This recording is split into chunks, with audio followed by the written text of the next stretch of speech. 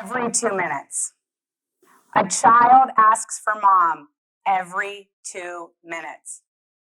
Mom, what's for dinner? Mom, when's my friend coming?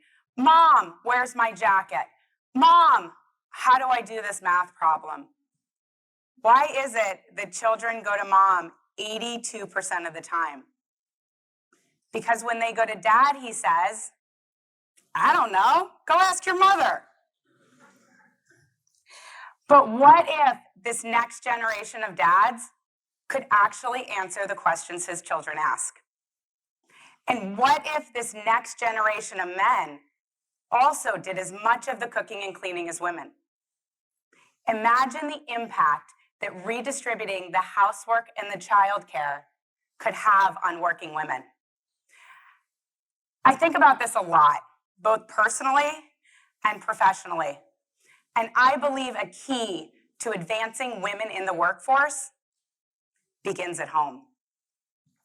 Now, I'm approaching this from 3 different vantage points. First, I'm a mom.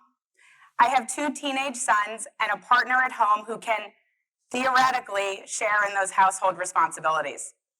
However, at the start of the pandemic, when we were all remote, there were only cries for mom in our house. And they were definitely more than every 2 minutes. Second, I'm a mom who works. And I'm not alone. In fact, pre-pandemic, almost 3/4 of mothers in the US were working. Like many, I've experienced the additional challenges and biases that women face throughout their careers. How many of you have been the only one who looks like you in that room? Or been asked to get the coffee or take the notes when in fact you were the one leading that meeting? When I started my career as an investment banker, only 10% of my analyst class looked like me. And I was the only woman in my industry group who was not an administrative assistant. Years later, when I was walking through the valuation of our company during our next funding round, a venture capitalist stopped me and said, "You don't look like a CFO." Seriously? What's a CFO supposed to look like? Third, I'm an advocate for women and gender equality. As a 17-year-old Division I athlete at Brown University, I signed on to what would become a landmark Title IX case, setting a precedent nationwide and creating more opportunities for girls and women to play sports. It was here that I found my voice and the conviction to fight for what is right. I am now a finance professor at Rutgers Business School, and I love educating this next generation of talent. I also co-founded and lead the Rutgers Center for Women in Business. We remove barriers, build community, and empower women. Through our research and educational programming, we elevate mid-career women, support intersecting identities, and explore actionable male allyship. And here is when my personal and professional worlds converged. We founded the Rutgers Center for Women in Business in December 2019. And a couple months later, early March 2020, I remember sharing concerns with friends and colleagues about the negative impact that lockdowns and virtual learning were going to have on women. Because women were going to end up assuming we feared even more responsibility at home. And we were right.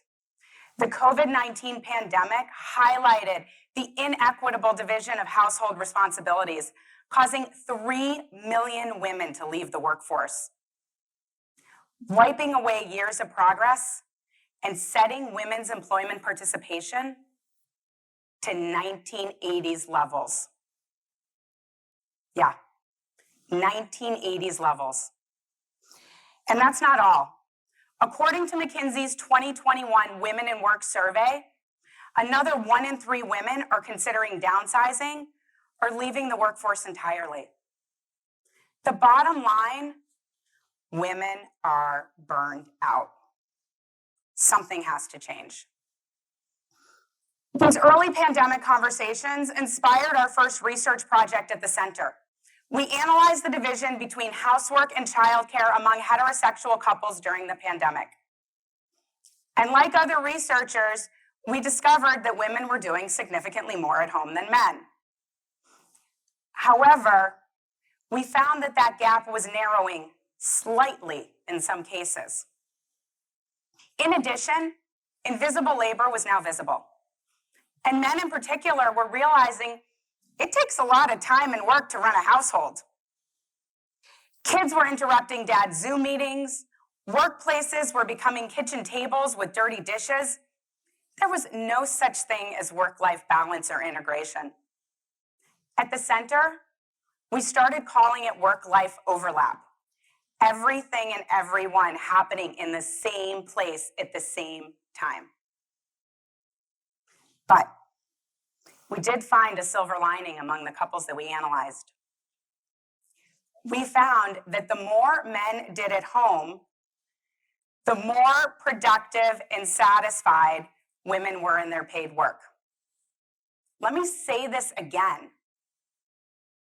The more men did at home, meaning childcare and housework, the more productive women were in their paid work. Seems obvious, right? But now there's statistical data to prove it. Around this same time, I decided to conduct another experiment, this one at home. I wanted to see if we could get more equality in our own household. I knew that if we didn't create a new normal at the start of this pandemic, I was going to lose my mind and myself. I can only imagine what single parents or those with young kids were feeling and going through at this time. I decided to leverage the skills I acquired as an executive and an educator, and I appointed myself CEO of the house. I knew this wouldn't reduce my mental load, but it would be a start. And as CEO of the house, the first thing I had to do was get buy-in, especially because my husband and kids weren't exactly sold on this new role of mine. So I gathered the team the first Saturday of quarantine to lay out a plan together and to manage expectations, really meaning do not expect me, mom, to do everything. So we created a dinner rotation, with each of us doing dishes one night and dinner the next. And we quickly discovered that our kids can actually cook. And they're pretty good at it. And they like it. We also decided together to do the heavy cleaning on Saturday and Sunday beginning at 10:30 for an hour. I gave them fancy titles like Director of Toilets, Director of Floors, and Vice President of Kitchens. Cool titles, right? But we did have some setbacks. We learned making beds, not a job to share with your brother. And there was some yelling and screaming and fighting at times, as you would expect, from two teenagers and a somewhat reluctant husband. It got so bad at one point that there was talk of rebellion and strike, and they had unanimously voted to replace the CEO of the house, me, with a pet dog.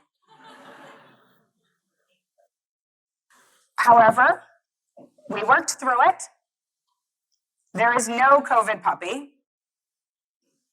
Mom is still here. And most importantly, 2 years later, I am still cooking dinner only once every 4 nights. Now, you might be asking, how does all of this relate to advancing women in the workforce? It's simple. It comes down to how our society values time and responsibility differently for boys and girls. Studies show that teenage girls spend 50% more time on chores than teenage boys. We are literally communicating to our children that A, a girl's time is not as valuable as a boy's, and B, it is the boy's responsibility, or it's the girl's responsibility, not the boy's, to take care of the home. This is where that logic has gotten us to today. Pre-pandemic, women spent almost 40% more time on housework and childcare than men. And remember, 3/4 of women in the US were working. 3/4 of mothers, 3/4 of mothers in the US were working. For women to advance in the workforce, we need to redistribute the housework. We need to redistribute the childcare.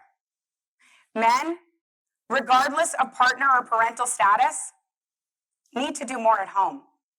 And companies and organizations need to create a culture where that is not only accepted, but more importantly, it is valued. And if I can put on my professor hat for a minute, I want to talk about the economic benefits. According to McKinsey's research, by achieving best-in-class gender parity, global GDP could increase by $13 trillion in 2030. However, the World Economic Forum reports that if we stay the course, it will take 136 years to close the global gender gap. That's too long. I'm a realist. I know it's going to take more than one household and a couple of research studies to change the underlying social norms that result in women doing more housework and childcare than men, regardless of who takes home the bigger paycheck. Therefore, as CEO of the House, my call to action is this. For partners, I challenge you to not just help, but to share equally in the housework. And if you have kids, the childcare as well. For parents, I challenge you to value your daughter's time as much as your son's. Require your sons to cook and clean so they know that housework is not just mom's work and that everyone's place is in the kitchen. I believe these two simple actions will empower women to be more productive and satisfied in their paid work. We found this to be true in our research, and I even found it in my own home. As this next generation enters the workforce and starts their own families, my hope is they will abandon the gender stereotypes of previous generations and value and embrace the equal sharing of household responsibilities. In order for women to advance in the workforce, we need to redistribute the housework. Join me in making that happen, one son at a time. Maybe then it will not take 136 years to close the global gender gap. Thank you.